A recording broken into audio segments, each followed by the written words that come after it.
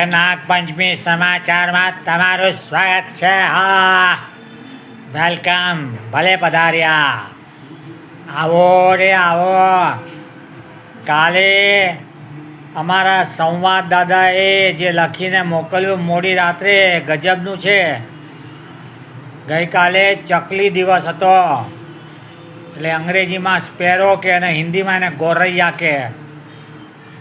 તો એણે લખ્યું છે કે એના ગામના એક પ્લમ્બરે કમાલ કરી. એને મોટો કોન્ટ્રાક્ટ મળેલો મ્યુનિસિપાલિટીનો પહેલી જ વાર, અને પહેલો જ દિવસ હતો કામ ચાલુ કરવાનો. ત્યાં એને ખબર પડી કે આજે તો ચકલી દિવસ છે, એટલે એણે કામ શરૂ ના કર્યું. અને ચકલી એક લઈને બેસી ગયો આખો દિવસ, અને એ ચકલીને એને પાલિશ કરીને ચમકાવી દીધી.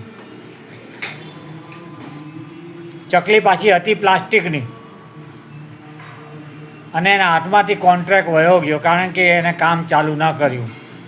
હવે એવું બન્યું કે પછીથી એને ખબર પડી કે ચકલી દિવસ એટલે આ ઉડનારી ચકલી નહીં, કે ઓલે નળ હોય નળ, એને ચકલી કહે. પ્લમ્બરને શું હવે, જેમ કે ને કે સુથારનું મન બાવળે, એમ પ્લમ્બરનું મન બહુ તો પાઇપે અને એની પહેલાં ચકલીએ. એટલે આવું થતાં એને બહુ જ દુઃખ થયું, ખૂબ દુઃખ થયું. અને એને થયું કે અરે રે, મારે ચકલીનું કંઈક કરવું જોતું હતું, એને બદલે મેં મારી ચકલીનું કંઈક કર્યું. એટલે એણે શું કર્યું, તરત જ પોતાના મિત્ર પેઇન્ટર હતો જે એની પાસે ગયો. એમ એને બોર્ડ બનાવડાવ્યું, ચકલીનું ચિત્ર બનાવડાવ્યું, એને હાર પહેરાવ્યો, અને થોડાક દાણા લઈને ચોકમાં ચકલીઓ માટે વેરી પણ દીધા. પછી શું થયું, એ બોર્ડ ઉપર એને શું લખાયું હતું, એ અમારા સંવાદદાતાએ લખ્યું છે કે એમાં એને લખ્યું હતું કે હે ચકલીઓ, તમે ખાડી પ્રદેશ તરફ જતા નહીં, કારણ કે ત્યાંથી શાંતિના કબૂતર તો વયા ગયા છે, અને તમે જાશો તો નકામાં મરાશો. એટલે તમે જે કાંઈ તમારે ઉડવું કરવું હોય એ આપણી તરફ ઉડ્યા કરજો. બહુ તો રાવણના રાજા જે હતા, રાવણ જે રાજા હતા ને જે દેશના, હા, એ રાવણના રાજ્યમાં તમે ઉડવા જાજો, પણ આગા ન જતા. એવું બોર્ડ લઈને એણે બધે મૂક્યું, આખા ગામમાં મૂક્યું, અને સોશિયલ મીડિયાવાળાઓએ એને કવર કર્યો, એનું રીલ ઉતાર્યું. ને એ રીલ જ્યારે સોશિયલ મીડિયા ઉપર આવ્યું ત્યારે લાખો કરોડો વ્યૂઝ આવવાથી સોશિયલ મીડિયા ઉપર આ રીલ મૂકનારો ખૂબ કમાણો. પણ એ કમાનારો દયાવાન હતો, સમજદાર હતો, દાની હતો, કર્મવીર હતો. એને ખબર પડી કે આ પ્લમ્બરને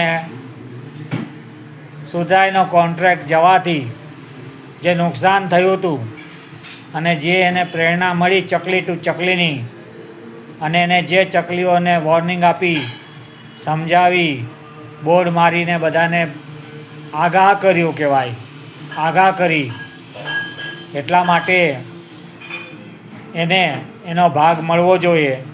એટલે એને જે પૈસા મળ્યા એમાંથી અડધા પૈસા એણે એ પ્લમ્બરને આપ્યા, તો પ્લમ્બર ખૂબ કમાઈ ગયો. બોલો. એટલે ઘણીવાર એવું થાય છે કે નુકસાનમાં ફાયદો, બ્લેસિંગ ઇન ડિસગાઇઝ. હંમેશા કોકનું ભલું કરવાનો વિચાર કરો ને તો ઉપરવાળો બેઠો જ છે, સોશિયલ મીડિયા ઉપર બેઠો જ છે, અને એમને મેં પંચતત્વની મીડિયા ઉપર બેઠો જ છે. તમારું ધ્યાન રાખે ને રાખે જ. લો, પછી પાછા બધા કે ગુજરાતી ભાષાને વિકસિત કરો, એને બચાવવાની જરૂર છે. પણ હવે ગુજરાતી ભાષામાં ડબલ મિનિંગ પણ ઇનહેરિટેડ છે, એટલે કે જન્મથી છે. હા, જનરેશન ટુ જનરેશન, એટલે વારસાગત છે. આ ચકલીનો ડબલ મિનિંગ જોઈ લો ને, પ્લમ્બર એમાં હલવાણો, ચાલો ત્યારે. હા તો ચાલો ગેંડા છાપ ચકલીના દાણા ખરીદો. ગેંડા છાપ ચકલીના દાણા ખરીદો અને જ્યાં તમે વેરશો ત્યાં ચકલીઓ ભેગી થશે 1,00,000. અને બીજી વાર તમે દાણા નાખશો તો ચકલીઓ ઉડી જશે 2,00,000. આ ગણિત જે સમજ્યા હોય એ અમને પત્ર લખીને જણાવે, અને ન જણાવવું હોય તો કાંઈ નહીં. ગેંડા છાપ દાણા વાપરો અને ચકલીઓને મજા કરાવો. ટિંગ ટેંગ ટિંગ ટિંગ ટિંગ ટિંગ.